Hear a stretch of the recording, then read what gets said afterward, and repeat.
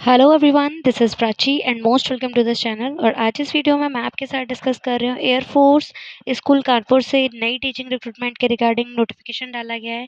वहीं इस रिक्रूटमेंट में आपका जो सैलरी रहेगा वो 50,000 के अप्रोक्स रहने वाला है और जो आपका एज क्राइटेरिया है वो भी इसमें 21 to 50 बताया गया है। तो ये तो आपकी रिक्रूटमेंट है वो कानपुर के द्वारा डाली गई है एयरफोर्स स्कूल। तो चलिए हम इसके ऑफिशियल नोटिफिकेशन पे विजिट करते हैं। उसमें क्या आपका इसेंशियल और क्वालिफिकेशन दे रखा है, क्या आपका कब से आपके फॉर्म फिलिंग स्टार्ट हो रहे हैं and which is the last date of online form submission. Everything I will discuss with you in this video, so video के एंड तक बनी रहिएगा। तो मैं आपको इसको ऑफिशियल नोटिफिकेशन के साथ रीड करती हूँ। सो आपको स्क्रीन पे दिख रहा होगा ये क्लियरली, इस पे लिखा हुआ है air force school Kanpur for academic year 2026-27। ये वैकेंसीज का नोटिफिकेशन है जो कि एयरफोर्स स्कूल कानपुर की तरफ से डाला गया है एकेडमिक ईयर 26 एंड 27 के लिए। इसमें लिखा है applications are invited for the following post of teaching and non teaching staffs at air force school Kanpur. इसमें यहाँ ये बिल्कुल नहीं लिखा है कि कॉन्ट्रेक्चुअल बेसिस जॉब है। अगर ये कॉन्ट्रेक्चुअल बेसिस जॉब्स या वैकेंसीज होती तो इसमें क्लियरली लिखा होता that the following post of teaching and non-teaching staffs at contractual at air force school Kanpur. तो ये रेगुलर और परमानेंट वैकेंसीज हैं। तो यहाँ फर्स्ट आपको वैकेंसी दिख रही है पीजीटी कंप्यूटर के लिए पोस्ट ग्रेजुएट टीचर, जिसमें आपका रेगुलर यहाँ लिखा हुआ रेगुलर मीन्स आपका कम्प्लीटली गवर्नमेंट। यहाँ नंबर ऑफ वैकेंसीज आपकी पीजीटी कंप्यूटर के लिए एक है। वहीं आपका एज क्राइटेरिया यहाँ क्लियरली मेंशन कर दिया गया है दैट आपकी एज होनी चाहिए 21 to 50 ईयर्स एज ऑन 1 जुलाई 2026 को आपकी एज 21 से 50 तक होनी चाहिए।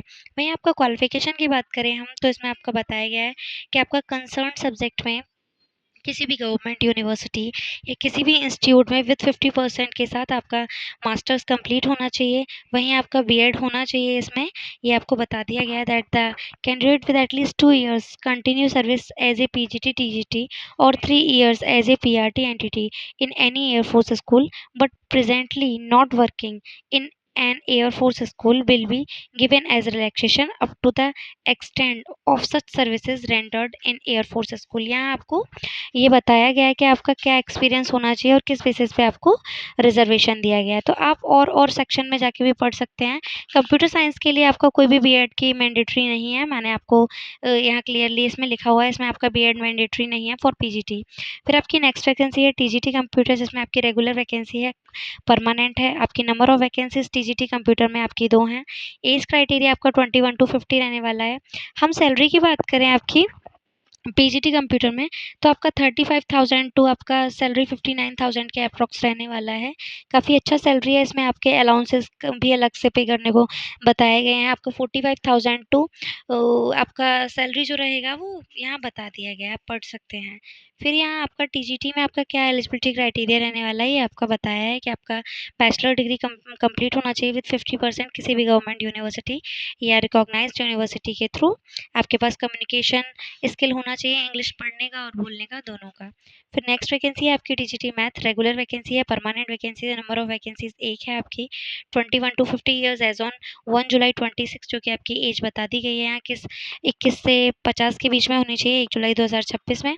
आप इसका एलिजिबिलिटी क्राइटेरिया यहाँ देख सकते हैं दैट द मास्टर और a bachelor degree from any university recognised by the government India UGC ICTE with a minimum marks of 50% in math and 50% in the aggregate means maths with any two out of physics, chemistry, electronics, computer science और statics।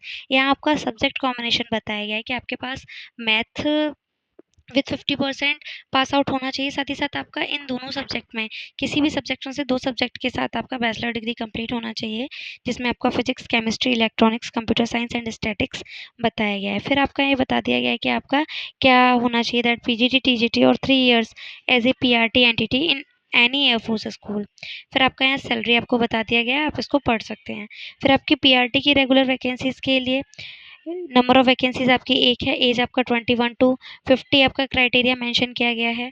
Senior secondary में आपका at least 50% marks के साथ आपका pass out होना चाहिए। वहीं आपको कोई भी एलिमेंट्री एजुकेशन डिप्लोमा होना चाहिए लाइक डीएलएड हो या बीटीसी हो।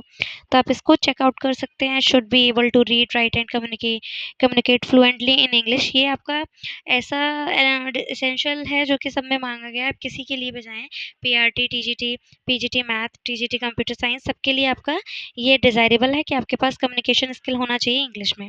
फिर आपकी नेक्स्ट वैकेंसी है लैब अटेंडेंट, रेगुलर वैकेंसी है, परमानेंट है, नंबर ऑफ वैकेंसीज़ 1 है, जिसमें आपका 12th पास आउट होने चाहिए with science, should be able to read, write and communicate fluently in English और Hindi.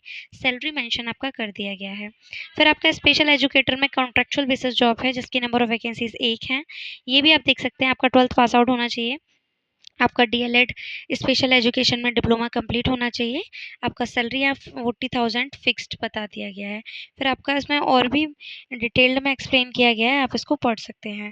Desirable qualification for above mentioned post, knowledge of the computer application specially MS office. आपकी ये desirable qualification है किसी भी post में जो कि ऊपर दे रखी हैं, चाहे वो टीजीटी के लिए हो, पीजीटी के लिए हो, लैब अटेंडेंट के लिए हो, या आपकी स्पेशल एजुकेटर के लिए हो। सीटेट या किसी भी स्टेट का टेट आपका क्वालिफाइड होना चाहिए। एडिशनल वेटेज ड्यूरिंग सिलेक्शन, आपको उस चीज़ का एडिशनल वेटेज मिलेगा सिलेक्शन के दौरान। Ability to read write communication in Hindi होनी चाहिए, should be able to read write and communication fluently in English और हिंदी, दोनों भाषाओं में आपका कम्युनिकेशन स्किल लिखना पढ़ना आपको आना चाहिए। फिर नोट में आपका बताया गया that the women candidates and physically challenged candidate will be given as relaxation up to maximum of 5 years. जो भी वुमेन कैंडिडेट हैं और फिजिकली चैलेंज्ड कैंडिडेट हैं उनके लिए 5 साल का एज रिलैक्सेशन है। वहीं एक्स सर्विसमैन के लिए आपको एज रिलैक्सेशन यहाँ बताया गया that given relaxation as per provision of EDN code 2020। All candidates are to be the patients of the medical fitness certificate issued by physician. फिर आपका नोट सेक्शन में लिखा हुआ है कि आपको लास्ट डेट यहाँ बताया गया है कि लास्ट डेट आपका ऑनलाइन फॉर्म सबमिशन का 20 मई 2026 है, जो कि आपको यहाँ एड्रेस मेंशन है। ये जो एडवर्टाइजमेंट निकाला गया था न्यूज़पेपर में वो the times of India Kanpur and Jagran Kanpur on 13 मई 2026 को निकाला गया था। अब आप जब इसको नीचे स्क्रॉल करेंगे तो आपको ये अपना फॉर्म दिखेगा। आपको इस फॉर्म को इसके ऑफिशियल वेबसाइट के थ्रू डाउनलोड कर लेना है and according to your post आपको सारा अपना जो भी ये डेटा है वो फिल करना है। अगर आप पीजीटी के लिए जाते हैं, टीजीटी के लिए जाते हैं, पीआरटी के लिए जाते हैं या लैब अटेंडेंट, यानी अकॉर्डिंग टू पोस्ट आपका जो भी इसेंशियल और डिज़ायरेबल क्वालिफिकेशन है आपको section wise completely exact fill करना है। आफ्टर दैट आपको स्पीड पोस्ट के थ्रू इसको जो कि एड्रेस मेंशन है इसमें आपको उस एड्रेस पे बिफोर 28 में आपको ये सेंड कर देना है। आई होप आपके लिए वीडियो हेल्पफुल रहेगा, इंटरेस्टेड रहेगा। कंप्लीटली गवर्नमेंट जॉब है, परमानेंट वैकेंसीज है, ये कोई कॉन्ट्रेक्चुअल बेसिस जॉब नहीं है। और जो वैकेंसी कॉन्ट्रेक्चुअल है वहाँ क्लियरली मेंशन कर दिया गया है। सैलरी भी काफ़ी अच्छी है। सिलेक्शन प्रोसेस यहाँ आपको मेंशन नहीं किया गया है, इसमें आपका मे बी रिटन टेस्ट और आपका कंडक्ट कराया जा सकता है, इसमें ये चीज़ नहीं बताई गई है। आई होप आपके लिए वीडियो हेल्पफुल रहेगा, इंटरेस्टेड रहेगा। और इसी तरह के इंटरेस्टेड वीडियो को जानने के लिए, अपडेट को जानने के लिए वीडियो को लाइक ज़रूर करें और चैनल को सब्सक्राइब ज़रूर करें। Thank you.